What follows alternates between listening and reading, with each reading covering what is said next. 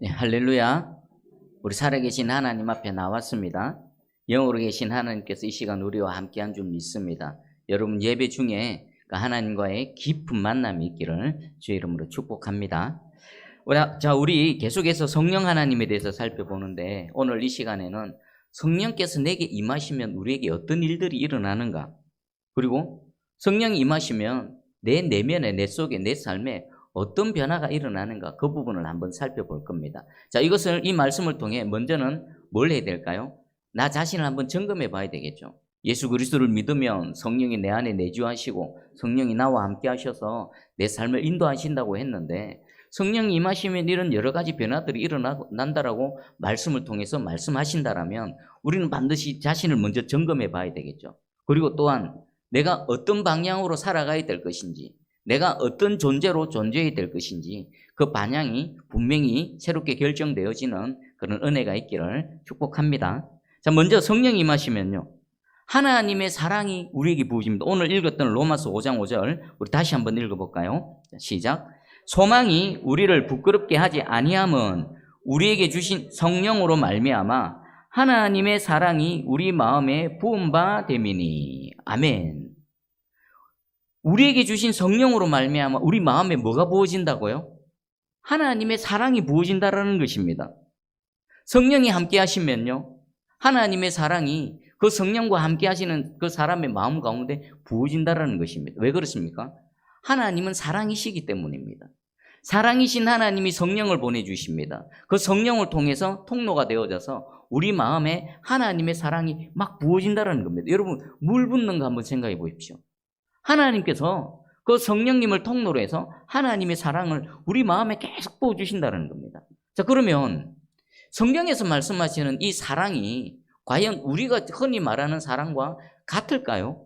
영화에서 보는 거, 드라마에서 보는 그런 사랑과 같을까요? 뭐 일부분 일치되어지는 부분도 있습니다. 그러나 본질적으로 조금 다릅니다.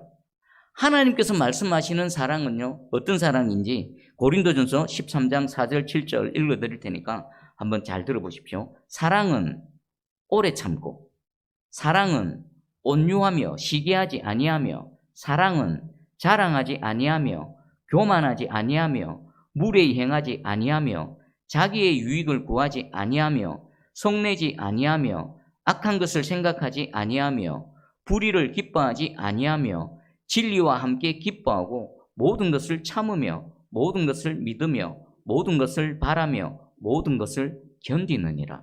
아멘. 성경에서 말씀하시는 하나님의 사랑이 이런 사랑이랍니다.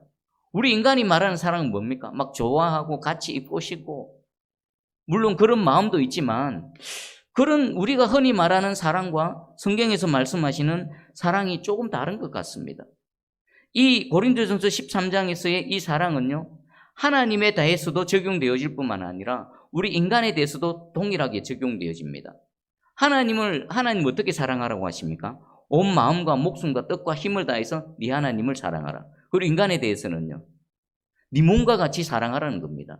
그러면 우리가 흔히 말하는 사랑의 내용과 하나님께서 말씀하시는 사랑의 내용이 다릅니다. 자, 그러면 사도 바울은 사랑은 이런 것이다라고 우리에게 소개할 때에 그 표본, 그 샘플이 어딜까요? 하나님이 우리를 사랑하신 사랑입니다. 지금 사도 바울이 사랑은 이런 것이다라고 소개할 때 이 사랑이 어떤 사랑입니까? 하나님께서 자신을 사랑해 주신 하나님의 사랑을 우리에게 소개하고 있는 겁니다. 하나님이 어떻게 사랑하셨습니까? 바울이 이렇게 말합니다. 하나님은 나를 오래 참아주심으로 사랑하셨습니다. 만약에 오래 참아주지 않으셨다면요, 사울은 다메섹 도상 가기 전에 이미 하나님의 심판으로 아마 죽었을 것입니다.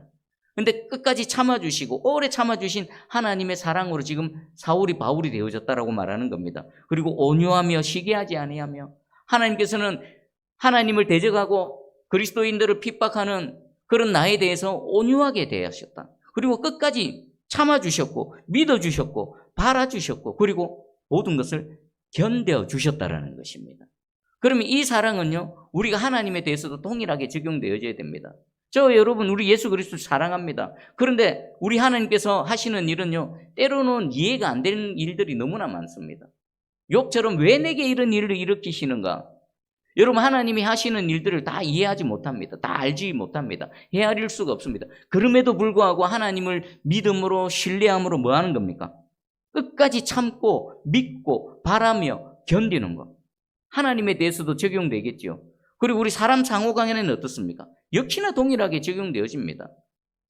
우리 사람은 각자가 약점이 있고 또 단점이 있고 함께 있으면 찌르는 가시가 있어서 불편할 때도 있습니다. 여러분, 가족도 생각해 보십시오. 남편과 아내 편안하기만 합니까? 불편한 점도 있고 어려운 점도 있고 또 계속 감수해야 되는 점도 있습니다. 가정 내에서도 마찬가지고 우리 성도들도 마찬가지고 직장에서 만나는 모르는 사람과의 관계에 있어서도요. 여러분, 친구라고 해서 다 좋습니까? 나를 불편하게 하고 때로는 내 마음을 상하게 하는 그런 일들이 있습니다. 그럴 때 어떻게 사랑해야 된다고요? 참으며, 그래도 온유하며, 그래도 견뎌주며, 그래도 믿어주며, 그래도 바라주며, 그게 하나님께서 말씀하시는 사랑인 것입니다. 그럼 이 사랑이 하나님에 대해서도 우리 인간 상호간에 대해서도 그래도 그대로 적용되어져야 되는데, 문제는 뭡니까? 이 사랑은요, 우리 속에는 없다라는 겁니다. 이미 죄로 인해서 타락하고 부패한 우리 이 인간의 악한 본성은요, 내가 당신을 사랑합니다라고 하지만 실제로 누구를 위한 겁니까? 나를 위한 사랑입니다. 당신이 필요하니까 당신이 내 옆에 있어야 됩니다. 그래서 요즘 데이트 폭력이나 또 떠나가는 이전의 연인을 찾아가서 막 흉악한 짓을 저지르는 이들이 많지 않습니까? 그게 뭡니까? 내가 당신을 사랑합니다. 사랑이지만 성경적인 사랑이 아닙니다. 자신의 욕구를 채우기 위한 인간의 탐욕일 뿐입니다. 그리고 우리는 또 본성적으로 사랑해야 될 존재들조차도 제대로 사랑하지 못하는 그런 연약함 속에 있습니다.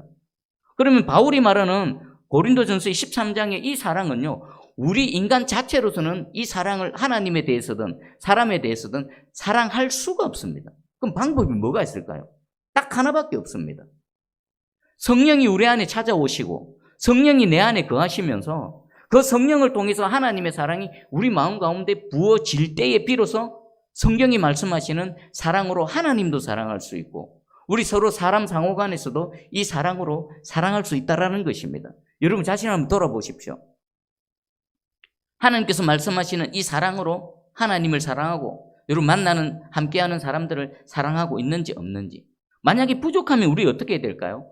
우리가 믿음으로 막 결단을 하고 내가 이렇게 사랑해야지. 안 됩니다. 불가능합니다. 유일한 가능성은 딱 하나밖에 없습니다. 예수 그리스도를 믿는 믿음으로 그 믿음을 통해 찾아오신 성령님, 그 성령님을 통해서 하나님의 사랑이 우리 마음 가운데 부어지는 이 일 외에는 없는 겁니다. 그러면 오늘 이 시간 만약에 부족하다면 우리가 어떻게 기도해야 될까요? 하나님 성령을 통해서 하나님의 사랑을 내게 부어주시옵소서. 그래서 성경이 말씀하시는 그 사랑으로 하나님을 사랑하고 우리 함께하는 이웃과 가족과 성도들을 사랑할 수 있도록 하나님 은혜를 베풀어 주시옵소서. 이것 말고는 없습니다. 오늘 이 시간 예배 드릴 때 주의 성령 이곳에 임재하고 계신 줄 믿습니다. 그 성령님이 우리 각자 찾아가 주셔서 오늘 이 말씀을 통해 하나님의 사랑이 우리 마음 가운데 부어지는 줄 믿습니다. 그 성령님을 힘입어서 인간의 사랑이 아니라 하나님의 마음으로 사랑하는, 그래서 하나님께서 말씀하시는 하나님의 사랑, 또 인간에 대한 사랑으로 살아가는 저와 여러분 되기를 주의 이름으로 축복합니다. 아멘. 자, 두 번째는요. 두 번째 일어나는 일이 우리 안에 소망이 넘쳐납니다. 로마서 15장 13절입니다. 읽어드릴 테니까 잘 들어보십시오. 소망의 하나님이 모든 기쁨과 평강을 믿음 안에서 너희에게 충만하게 하사 성령의 능력으로 소망이 넘치게 하시기를 원하노라. 아멘. 바울이 지금 하나님을 어떤 하나님으로 소개합니까? 소망의 하나님으로 소개합니다. 소망의 하나님. 그리고 성령의 능력으로 그 소망이 우리에게 넘치게 한다는 겁니다. 여러분, 소망이 뭡니까? 바라는 것, 포기하지 않는 것, 끝까지 붙드는 것, 그게 소망이지요. 근데 바울이 우리에게 소망의 하나님이라고 말합니다. 그럼 소망의 하나님이라고 왜 이렇게 표현할까요? 바울은 어디서 보고 배운 게 아닙니다. 자신의 삶을 통해서 직접 체험한 하나님을 우리에게 소개하고 있습니다. 바울의 사역의 현장을 여러분이 알고 있는 성경 지식을 총동원해가지고 한번 상상해 보십시오. 물론 바울의 사역에는 성령의 능력이 강하게 나타나고 가는 곳곳마다 주님의 십자가 교회가 세워졌고 수많은 동력자들이 함께 동력해서 하나님의 나라를 세워가는 큰 일꾼으로 삶을 살았습니다. 그것은 밝은 면이고요. 또 어두운 면은 어떻습니까? 가는 곳곳마다 핍박이 있었고요. 그를 쫓아다니면서 사울을 해하려는 자들이 있었습니다. 그리고 실질적으로 엄청난 고통과 또 시련 속에서 살아왔습니다. 그럼에도 불구하고 바울이 그 사역을 끝까지 감당할 수 있었던 건 뭐겠습니까? 그 하나님이 자신에게 소망의 하나님이 되어주셨다는 것입니다. 막 군중들, 에베소를 생각해 보십시오.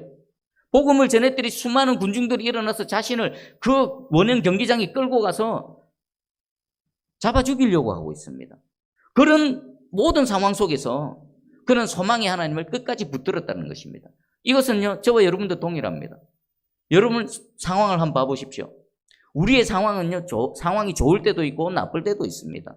또 고난의 때도 있고요, 또 즐거울 때도 있습니다. 웃을 때도 있고요, 울 때도 있습니다. 자, 그런데 우리 깨놓고 얘기해서 저와 여러분의 상황이 기쁘고 즐겁고 막 이런 때보다는 어떤 때가 더 많습니까?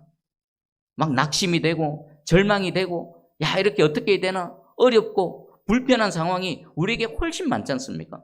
예수 믿는다라고 해서 그 고난과 어려움과 그 아픔과 고통은 비껴가지 않습니다. 똑같이 우리에게 들이닥칩니다. 그 속에서도 우리가 소망 가운데 살아갈 수 있는 이유는 뭡니까? 우리 하나님께서 소망의 하나님이 되시기 때문입니다. 그럼 어떻게 그 일이 우리 가운데 일어납니까? 성령의 능력으로 하나님께서 우리 가운데 소망을 계속 불어 넣어주신다는 것입니다. 여러분 주변의 소리를 한번 들어보십시오. 전능한 하나님께로 우리를 계속 인도해 갑니다. 우리의 시선을 지금 고난이고 질병이고 아픔이고 슬픔이지만 하나님의 말씀을 통해 우리의 시선을 어디로 향하게 합니까?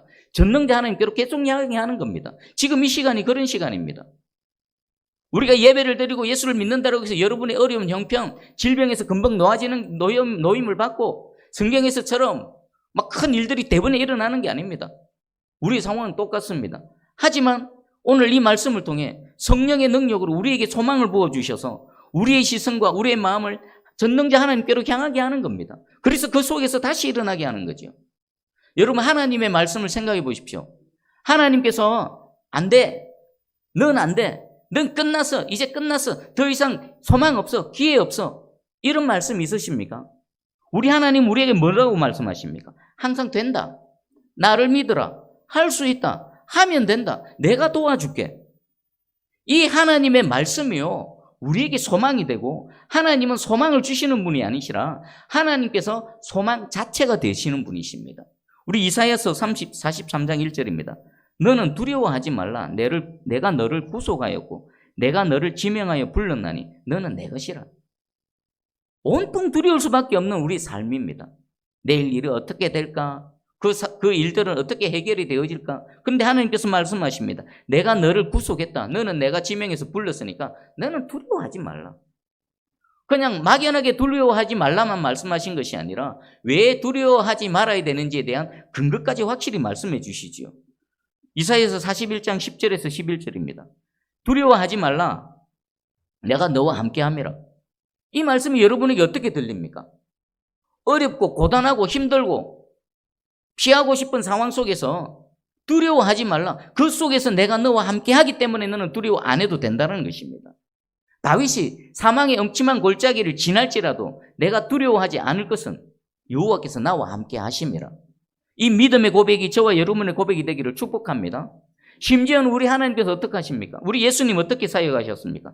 죽어서 끝이 났습니다. 죽어서 끝이 났는데도 어떡합니까? 달리다굼 소녀야 일어나라 말씀하시니까 죽음 가운데 다시 새 생명이 일어나서 살아나는 겁니다. 그리고 사도행전 우리 9장에는 베드로를 통해 어떤 일이 일어났습니까? 다비다야 일어나라.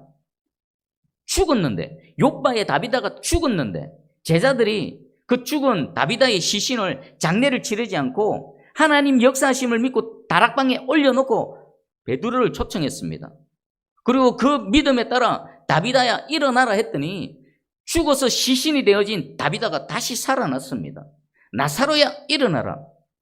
우리 하나님은 소망의 하나님이십니다. 여러분, 무엇 때문에 절망하고 계십니까? 무엇 때문에 낙심하고 그냥 주저앉아 계십니까? 여러분 자체를 바라보지 마십시오. 여러분 상황을 바라보지 마십시오. 오히려 그 상황 속에서 전능하신 하나님, 죽은 자도 다시 살리시는 하나님, 엎질러진 물로 다시 주워 담으실 수 있는 그 하나님을 바라보시고 소망 가운데 다시 일어나시기를 주의 이름으로 축복합니다.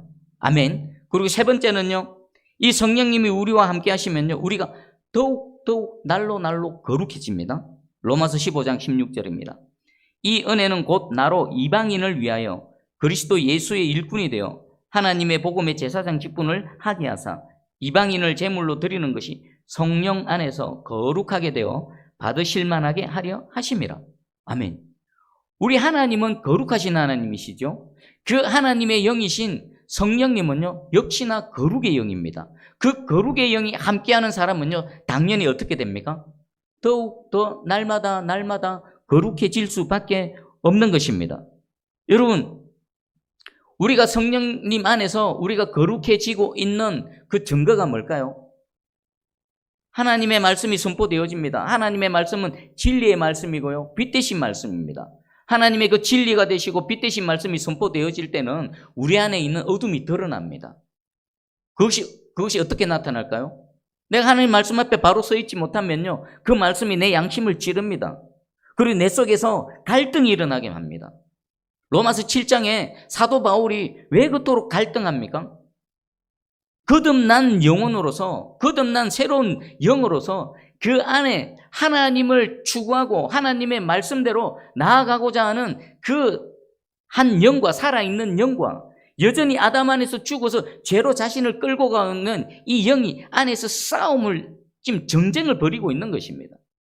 여러분 말씀 앞에서 여러분의 이런 내적인 갈등과 내면의 이런 고통과 전쟁이 있다라면요, 그게 뭘까요? 무슨 증거입니까? 거룩하신 성령님이 내 안에 계셔서 나를 점점 더 정결하게 거룩으로 인도하시는 하나님의 은혜인 줄 깨달으시기를 바랍니다. 여러분, 이 일이 반드시 있어야 됩니다. 만약에 내가 하나님 말씀 앞에 똑바로 있지도 못하고 하나님 말씀대로 살아가지도 못하고 그럼에도 불구하고 양심에 찔림이 없다, 그럼 그 양심 무슨 양심입니까? 성경에서 말씀하시는 화 입맞은 양심, 둔한 양심, 죽은 양심이 되는 겁니다. 여러분, 우리는 완전해질 수는 없습니다. 주님 다시 오시고 우리를 완전히 이 육신의 장막에서 우리를 구원해 주시고 영원한 생명으로 인도하시는 바로 그 직전까지는 우리는 뭐 하는 중입니까? 공사 중입니다. 하지만 공사가 스탑된 공사가 아니라 계속 진행 중인 공사입니다.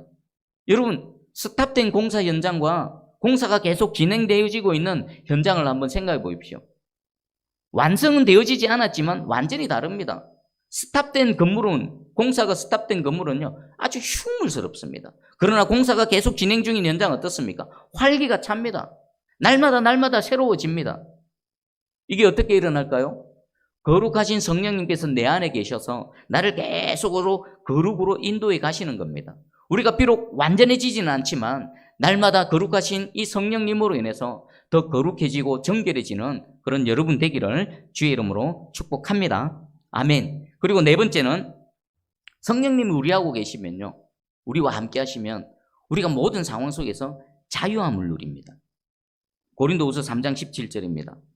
주는 영이시니 주의 영이 계신 곳에는 자유가 있느니라. 자유가 있는, 이 자유 있다라는 게 뭐겠습니까?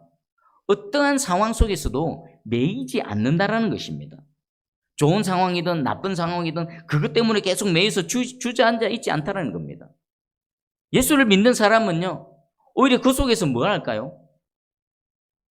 너희가 형통하거든 주를 기뻐하고 찬양하고, 공고하거든 뭐 하라고 했었습니까? 생각을 해보라는 겁니다. 공고할 때 절망하고 낙심하고 주저앉아 있지 말라고 말씀하십니다. 대신에 뭐 하는 겁니까? 생각을 해보는 겁니다. 그 생각은 무슨 생각일까요? 이 어려움 속에, 이 고난 속에, 이 질병 속에 하나님께서 무슨 계획을 갖고 계실까? 우리 인간편에서는 어떻습니까? 항상 좋은 일만 있기를 바랍니다. 그러나 그렇지가 않습니다. 하나님께서 우리를 이끌어 가실 때 항상 좋고로만 인도하시지 않으십니다. 때로는 어려움 속에 의도적으로 고난 속으로 우리를 몰아넣으십니다. 왜 그러실까요? 그 속에서 우리를 연단시키시고 오히려 고난 가운데 역사하시는 하나님 만나게 해주시고 우리의 믿음을 성숙시키기 위한 하나님의 계획이 그 안에 담겨져 있습니다. 뿐만 아니라 우리가 다 미처 헤아려 알지 못하는 하나님만의 특별한 계획이 우리의 모든 상황 속에 담겨져 있는 겁니다. 그래서 우리는 어떻습니까? 어려운 상황 속에서도 그 상황에 매여서 주저앉아 있는 것이 아니라 우리 하나님께서 어떤 일을 하실까 믿음으로 바라보며 기대함으로 그 상황에서부터 자유케 되어진다는 것입니다. 예를 한번 들어볼게요. 딸이 시집을 갔습니다. 근데 시집 가서 며칠 되지 않아서 짐 싸들고 집으로 왔습니다. 엄마, 나 못 살겠어. 자, 그때 친정엄마가 이렇게 말합니다. 그래도 내가 참고 살아라. 친정엄마가 이렇게 조언을 해줍니다. 자, 그리스도인이 조언을 합니다. 그리스도인들도 똑같은 표현으로 조언합니다. 그래도 참고 사십시오. 표현은 어떻습니까? 겉으로 표현한 그래도 참아라, 참고 살아라는 표현은 똑같습니다. 그러나 친정 엄마가 말하는 내용과 그리스도인이 말하는 내용은 그 내용은 완전히 다릅니다. 엄마가 말하는 내가 그냥 참고 살아라는 뭡니까? 자포자기입니다. 이미 시집 갔지 않냐? 이미 결혼식 올렸지 않느냐? 어떡할 수 없잖냐? 그냥 네가 그만 좀 손해보고 네가 참고 살아라. 그런 의미입니다. 근데 그리스도인이 그래도 참고 사십시오 라고 말했을 때 어떤 의미입니까? 그 속에 하나님의 계획이 있으십니다. 그 남편을 만나게 하신 분 하나님이십니다. 하나님의 섭리하심 속에서 그 힘들고 도망쳐버리고 싶은 남편을 만나게 하셨다라면 그 속에 하나님의 특별한 계획이 있으시니까 그 속으로 들어가셔서 믿음으로 참고 인내하며 견디십시오. 그 속에 하나님의 계획, 하나님의 뜻을 이루는 삶을 사십시오 라는 의미가 담겨져 있는 겁니다. 그래서 자유함을 누리는 겁니다. 여러분 지금 어떤 상황 속에 있으십니까? 성령의 역사하심을 믿으시고요. 그 상황에 매이지 마시고 자유케 하시는 성령님의 은혜와 능력으로 하나님의 하실 일을 오히려 바라보며 그 나의 발목을 붙잡는 같은 그 상황 속에서 오히려 믿음의 날개를 활짝 펴서 하늘을 향해 하나님을 향해 훨훨 날아오르는 그런 믿음의 사람이 되기를 주의 이름으로 축복합니다. 아멘. 그리고 다섯 번째입니다. 다섯 번째는요. 성령님이 함께 하시면요. 성령님의 능력이 우리를 통해서 나타납니다. 사사기 14장 6절입니다. 여호와의 영이 삼손에게 강하게 임하니 그가 손에 아무것도 없이 그 사자를 염소 새끼를 찢는 것 같이 찢었으나. 아멘. 삼손 얘기입니다. 여러분 삼손이 어떤 사람입니까? 성경에 등장하는 인물 중에서 가장 물리적인 힘이 센 사람 누가 있을까요? 단연 삼손입니다. 삼손은 오늘 보니까 손에 아무것도 없는데 사자를 우리 염소 새끼도 찢기가 어려울걸요? 닭 목 비틀어서 뜯기도 어렵지 않습니까? 염소 새끼도 어려운데 사자, 그 큰 사자, 그 강한 사자를 그냥 손으로 찢어서 죽였다랍니다. 그뿐입니까? 삼손은요, 사람으로서는 도저히 감당할 수가 없습니다. 삼손을 좀 잡아두려고 자는데 밧줄로 꽁꽁 묶어뒀습니다. 튼튼한 밧줄로 묶었습니다. 근데 삼손이 툭 끊어버리면 어떻습니까? 불에 탄 밧줄처럼 그냥 툭 건드리면 끊어져 버립니다. 또 뭐가 있습니까? 혼자서 사람 1000명을 때려잡았습니다. 생각해 보십시오. 1대 1000입니다. 실제로 있었던 일을 기록하고 우리에게 말씀해 주십니다. 1대 1000이 어디 있습니까? 우리는 농담삼아 16대 1로 싸워서 이겼다. 왕년에 그랬다라고 하는데 삼손은 진짜 때려서 죽인 사람만 1000명이면요. 실제로 삼손과 싸운 사람은 훨씬 많겠죠. 수천 명이 되어질 수도 있습니다. 도저히 인간으로서는 감당할 수 없습니다. 그럼 이 삼손의 힘의 근원은 어디일까요? 삼손이 원래 힘이 좋아서 이건 인간의 힘이 아닙니다. 아무리 인간이 힘이 좋아도요. 성문의 문짝을 그냥 떼고 짊어지고 그 산을 막 오르내릴 수 있는 사람은 없습니다. 사람을 1000명이나 때려잡을 사람은 없습니다. 이것은 사람의 힘이 아닙니다. 근원은 어디입니까? 여호와의 영이 삼손에게 강하게 임하니. 이 힘의 근원은 어디입니까? 성령의 능력입니다. 성령이 삼손에게 강하게 임하니까 그 성령의 능력이 삼손을 통해서 나타난 겁니다. 자, 그러면 성경에 등장하는 우리 성령의 능력이 어떻습니까? 예수님께서 성령을 힘입어서 사역을 하셨습니다. 그랬더니 어떤 일이 납니까? 귀신들이 쫓겨나가고 또 어떻습니까? 말 못하는 자가 말하게 되고 못 보는 자가 눈을 뜨고 보게 되고 모든 병든 것, 모든 그 약한 것들이 치유함과 고침의 은혜를 입었죠. 예수님께서도 성령을 힘입었으라고 성경에 분명히 기록하고 있습니다. 성령이 예수님과 함께 하셔서 그 성령을 통해서 예수님께 능력이 나타난 겁니다. 자, 그러면 이 성령의 능력은 예수님 그리고 삼손 어떤 특별한 사람들에게만 해당될까요? 아닙니다. 저와 여러분에게도 동일하게 임합니다. 뭐 삼손처럼 막 물리적인 힘이 강하게 나타나는 건 아니지만 성령의 능력이 우리의 믿음을 통해서 온전히 나타날 줄 믿습니다. 어떻게 나타납니까? 여러분이 서 있는데, 여러분이 살아가는데 모든 필요한 순간순간마다 성령의 능력으로 우리와 함께 하시는 줄 믿습니다. 예를 들면요, 학생이 공부를 합니다. 공부를 할 때 어떻습니까? 하나님의 지혜가 필요합니다. 그때마다 지혜를 부어주시죠. 여러분이 직장에서 그 맡은 업무를 수행해 나갑니다. 그리스도인들은 어떻습니까? 내 지혜, 내 힘과 내 능력으로 부대낄 때가 많습니다. 그때마다 주여, 하나님 어떻게 할까요? 지혜를 주시고요. 그것을 헤쳐나갈 수 있는 능력을 더하여 주십니다. 그게 뭡니까? 삼손에게 부어주셨던 성령이 강하게 임하심의 은혜가 저와 여러분을 통해서 나타나는 겁니다. 우리가 사역할 때는 또 어떻습니까? 전도를 할 때는 어떻습니까? 내 힘으로 내 능력으로 하는 게 아닙니다. 한 영혼이 예수 그리스도를 믿고 주님께로 돌아오게 하는 것, 인간의 말이나 인간의 설득으로는 되어지지가 않습니다. 인간은요, 말로 설득당할 존재가 아니거든요. 성령의 능력이 임하니까 그 말씀이 마음속에 믿음을 주시고 마음을 움직여 주시고 그 몸을 움직여서 주님께로 나오게 하는 것입니다. 이미 우리는요, 이 성령의 능력으로 살아가고 있음을 분명히 깨달아 가시기 바랍니다. 문제는 뭡니까? 정도가 다를 뿐입니다. 저에게 임하시는 성령의 능력의 정도나 여러분에게 임하시는 성령의 능력 각자 다를 뿐이지 이미 시작되어졌습니다. 자, 그러면 이 성령의 능력이 더 강하게 나타나려면 어떻게 될까요? 지금까지 성령이 함께 하시면 이런 여러 가지 은혜들, 현상들이 나타난다라고 말씀하셨는데 이것이 더 강하게 나타나려면 어떻게 될까요? 성령님과 더 깊이 만나면 되겠죠. 우리가 사람을 만나도 그냥 스쳐 지나가는 수도 있고요. 그냥 인사만 하고 지나갈 수도 있습니다. 또 어떨 때는요, 함께 쭉 지내면서 함께 지낼 수도 있습니다.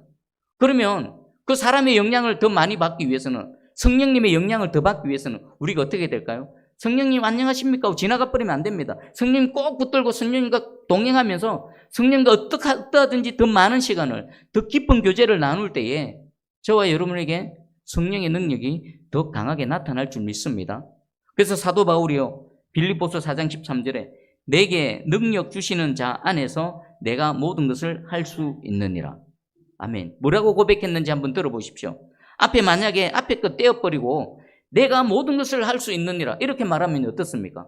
바울이 내 힘과 내 능력으로 내 앞에 닥친 모든 문제, 모든 일들을 나는 할 수 있다라고 호언장담하는 거죠. 그런데 바울은 그렇게 말하지 않았습니다.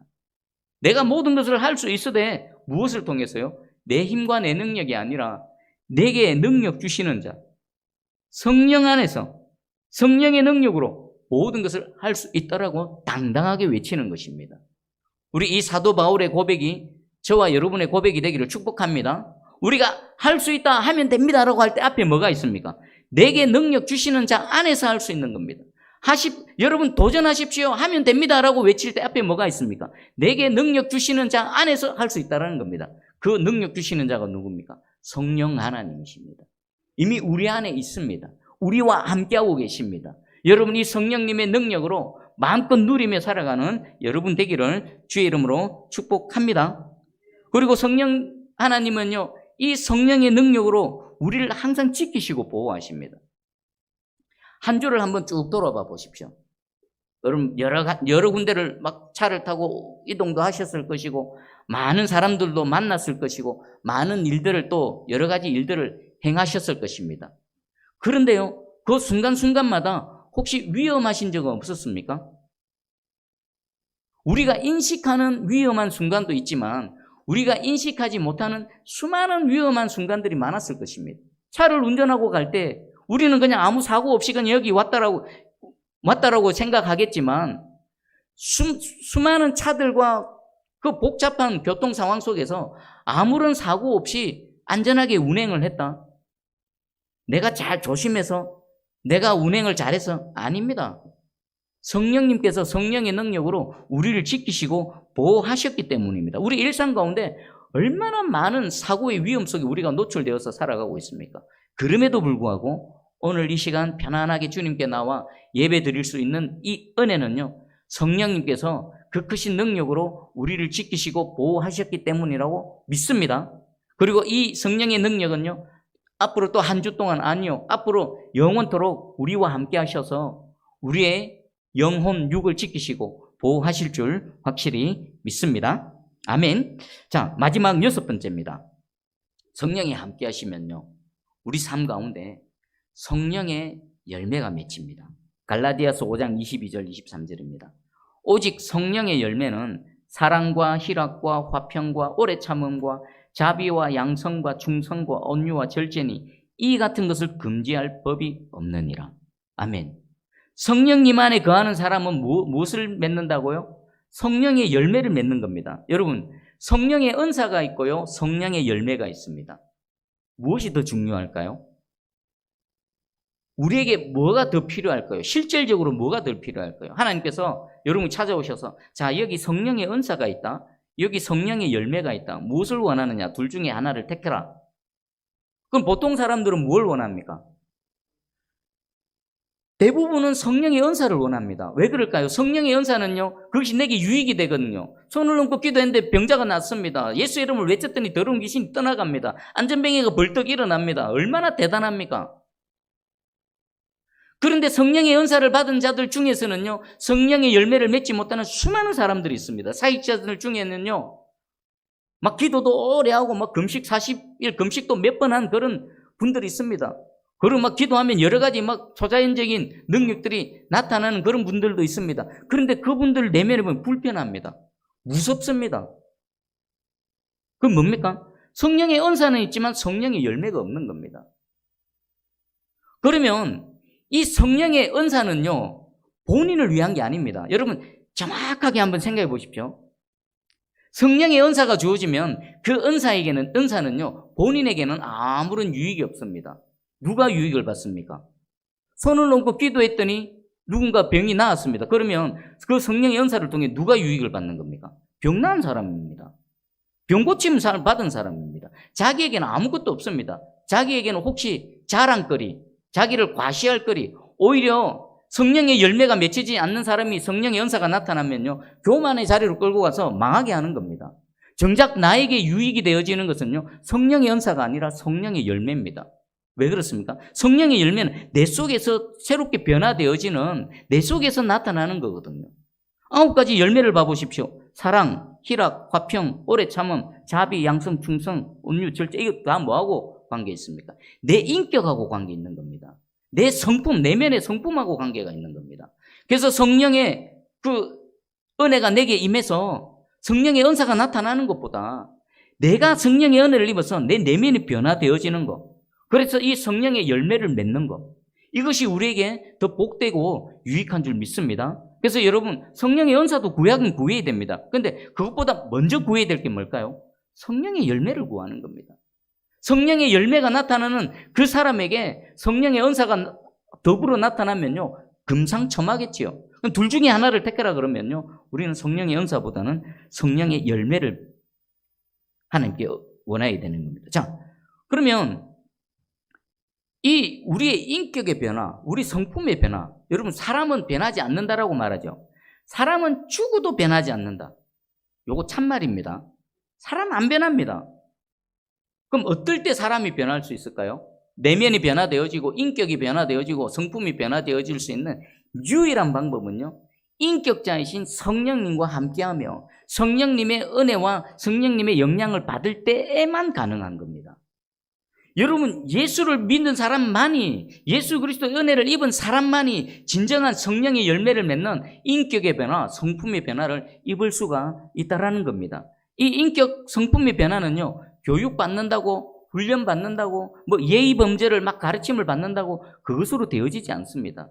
겉으로는 그리 척 보이지만요, 진짜 내면의 변화가 있으려면요, 이 성령님의 은혜, 인격자이신 성령님과 깊이 사귀며 성령님이 깊은 영향을 받으며 성령님을 점점 닮아갈 때에 가능한 겁니다. 자, 그러면 여러분 평생 신앙생활 하셨죠? 여러분 어떻습니까? 여러분의 내면에 성령의 열매가 맺혀지고 있습니까? 어떻습니까? 성령님이 내 안에 거하시고 내가 성령님과 교제하고 있고 내가 성령님의 영향을 받는다라면 내 안에 이 성령의 열매, 내 인격과 성품의 변화가 있다라고 말씀하시는데 이 말씀으로 여러분 내면을 한번 들여다보십시오. 어떻습니까? 변화가 있으십니까? 어떠십니까? 만약에 변화가 없다면 우리는 어떻게 간구해야 될까요? 왜 성령의 열매, 우리 인격 성품의 변화, 예수 그리스도를 닮아가는 그 변화가 있어야 될까요? 내가 이전의 모습, 옛사람, 옛 모습 그대로 살아간다면 먼저는 하나님의 뜻을 이루어드리지 못합니다. 하나님의 거룩의 도구가 되지 못합니다. 이전의 옛 모습 그대로 살아가면서 예수 그리스도를 전해본들 그 입에 무슨 말의 능력이 있겠습니까? 성령의 열매를 맺어가며 내가 변화되어지는 내 모습을 통해서 여러분들이 복음을 한번 전해보십시오. 아마 대번에 열매가 맺혀질걸요. 자, 그렇다라고 좌절하지 마시기 바랍니다. 우리가 예배를 드립니다. 말씀을 읽습니다. 또 말씀을 듣습니다. 하나님 앞에 기도를 합니다. 찬양을 합니다. 그 모든 시간이 뭐 하는 시간입니까? 성령님과 교통하는 시간입니다. 여러분 찬양할 때 성령님이 오셔서 우리와 함께 하십니다. 기도할 때 성령님이 함께 하셔서 우리의 기도 소리를 들으십니다. 자, 그러면 그 성령님이 우리를 만나주시고 우리를 변화시켜 주시고 우리 어찌하든지 성령님께 계속 노출시키면요, 노출시키는 만큼 만남이 있고 만나는 만큼 또 교제가 있고 교제가 있는 만큼 영향을 받고 닮아져 가서 변화되어질 줄 확실히 믿습니다. 자, 그러면 이 성령의 열매가 어디에서 나타나야 될까요? 성령이 내 속에 변화되어진 성품과 인격의 변화로 이 성령의 열매가 어디에서 나타나야 될까요? 먼저는요, 여러분 가정 내에 있습니다. 가정 내에서 아내와 남편, 부부관계 속에서 성령의 열매가 나타나야 됩니다. 그리고 부모와 자녀, 또 형제지간 가운데 성령의 열매가 나타나야 되겠죠. 그리고 두 번째는 어딜까요? 예수 그리스도를 믿는 믿음의 공동체인 교회 공동체 내에서 성령의 열매가 나타나야 되는 겁니다. 여러분, 우리 새순교회가 우리 모두가 성령님 앞에서 또 한 주를 섬기며 또 살아가는 믿음의 공동체입니다. 여러분, 우리 교회 공동체 내에서 성령의 열매가 주렁주렁 맺혀져서 하나님이 우리와 함께하고 계시고 성령님께서 우리와 함께하고 계심이 온전히 드러나는 그런 은혜의 공동체 되기를 축복합니다. 그리고 한 걸음 더 나가면 어떻습니까? 마지막으로 여러분 살아가는 그 삶의 현장, 직장이 될 수도 있고요, 여러분 마을에서 살아가는 이웃을 향해서도 될 수가 있습니다. 이 성령의 열매가 가정에서부터, 교회에서부터, 그리고 그 점점 범위가 넓어지는 은혜가 있기를 축복합니다. 성령의 열매는요, 다 딱 똑같지가 않습니다. 사과나무 열매를 생각해 보십시오. 씨를 뿌리면 자라납니다. 싹이 나고 가지가 나고 또 꽃이 피고 그 끝에 열매가 맺습니다. 열매가 대번에 그냥 빵 하고 아름답게 크게 맛있게 그렇게 열매가 맺혀집니까? 아닙니다. 처음에는 조그맣게 좁쌀만하게 열매가 맺혀집니다. 볼품 없습니다. 있는 듯 없는 듯 합니다. 시간이 지나면서 어떻게 됩니까? 점점 크기도 커지지요. 색깔은 어떻습니까? 처음에는 녹색입니다. 근데 점점 익어져 갈수록 빨갛게 아름답게 보기 좋게 변해져 가지요. 그리고 맛은 어떻습니까? 처음 열매 맺혔을 때 조금 자랐을 때 아무 맛도 없습니다. 신맛밖에 없습니다. 떫은 맛밖에 없습니다. 근데 그것이 잘 자라나면 어떻습니까? 새콤달콤한 먹기에 좋은 맛을 내는 그런 과일이 되어질 겁니다. 저와 여러분은요, 이미 성령의 열매를 맺는데 속에서 성령의 열매가 생겼습니다. 자라나는 정도는 다릅니다. 하지만 여러분 축복합니다. 이미 여러분 안에 생긴 성령의 열매가 성령님과 깊은 교제, 또 오랜 교제를 통해서 양분을 공급받아서 더욱 크게 자라나고 더욱 아름답게, 더욱 맛있게 자라나는 은혜가 있기를 주의 이름으로 축복합니다. 아멘. 기도합니다. 사랑의 주님, 감사합니다. 오늘 성령 하나님께서 함께 하시면 우리에게 어떤 일들이 일어나는가, 내가 어떻게 변화되어지는가, 어떤 모습으로 새로워지는가, 여러 가지 말씀을 주셨습니다. 이미 시작되어졌습니다. 이미 하나님께서는 그 일을 성령을 통해서 행해가고 계십니다. 문제는 그 정도의 차이가 있을 뿐입니다. 하나님, 작은 것에서 더 크게, 더 거룩하게, 더 사랑의 마음으로 살아갈 수 있도록, 더 성령 하나님을 닮아갈 수 있는 저희들 될 수 있도록 하나님 도와주시옵소서. 그래서 우리의 존재와 삶을 통해 하나님께 영광 올려드릴 뿐만 아니라 우리를 통해서 하나님의 일들이 이루어지며 하나님 나라가 온전히 세워지고 확장되어지는 은혜가 있게 해 주시옵소서. 감사드립니다. 예수님의 이름으로 기도합니다.